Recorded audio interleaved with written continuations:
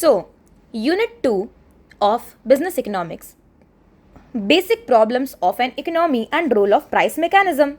As mentioned in the last unit, all countries, without exceptions, face the problem of scarcity. We know that, like natural productive resources, man-made capital goods, consumer goods, money, and time, these are limited and scarce and have alternative uses. So, basically, every economic system, be it capitalist, socialist, or mixed, has to deal with the central problem of scarcity of resources relative to the wants for them. This is generally called the central economic problem. Okay, 4 basic questions are there: what to produce, how to produce, for whom to produce, or what provisions, if any, are to be made for economic growth. So these are the provisions, that is central economic problems. Okay, now let us see over here. We have the basic problems: what to produce, that is capital goods or wartime goods, which goods and services to produce, and in what quantities we have to produce. Okay, now how to produce, like we have to use labor intensive technique or capital intensive technique. If you have more capital, less labor, use capital intensive technique. If you have more labor, less capital, use labor intensive technique. For whom to produce, like for whom? For rich, for poor, like for how? For expensive, for low price, for how? What provisions are to be made for economic growth? Like if you want to develop sustainable development, save scarce resources and make provision for future consumption while doing current consumption. Okay, now economic system, basically capitalist, socialist, and mixed. Okay, now central problems of economy: what to produce, capitalist, those goods and services are produced which yields maximum profit; socialist, as directed by the central government or authority; mixed, those goods that yield maximum profit but even the central authority directs or produces certain essential goods or services. Okay, how to produce?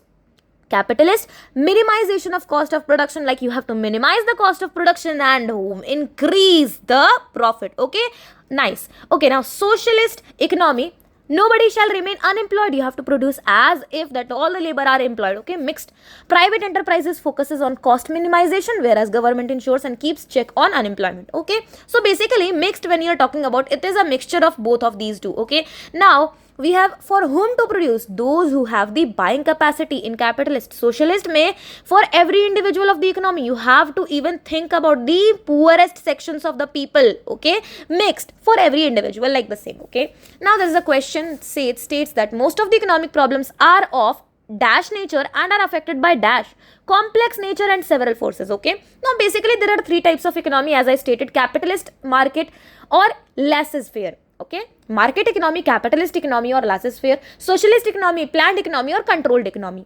Then we have mixed. Okay, now these are the things which are written over in the book. Let us see it one by one. So in the capitalist or market or laissez-faire, we have certain characteristics. That is, I have made a mnemonic technique: PFFP CCG, PFFP CCG, that is right to private property, freedom of enterprise, freedom of economic choice, profit motive, consumer sovereignty, competition, absence of government interference. Okay, now apart from that, let us see what it is. Means of production, like resources owned and controlled by private individuals for profit. Mainstay or backbone, driving force is profit motive, because private property they use now.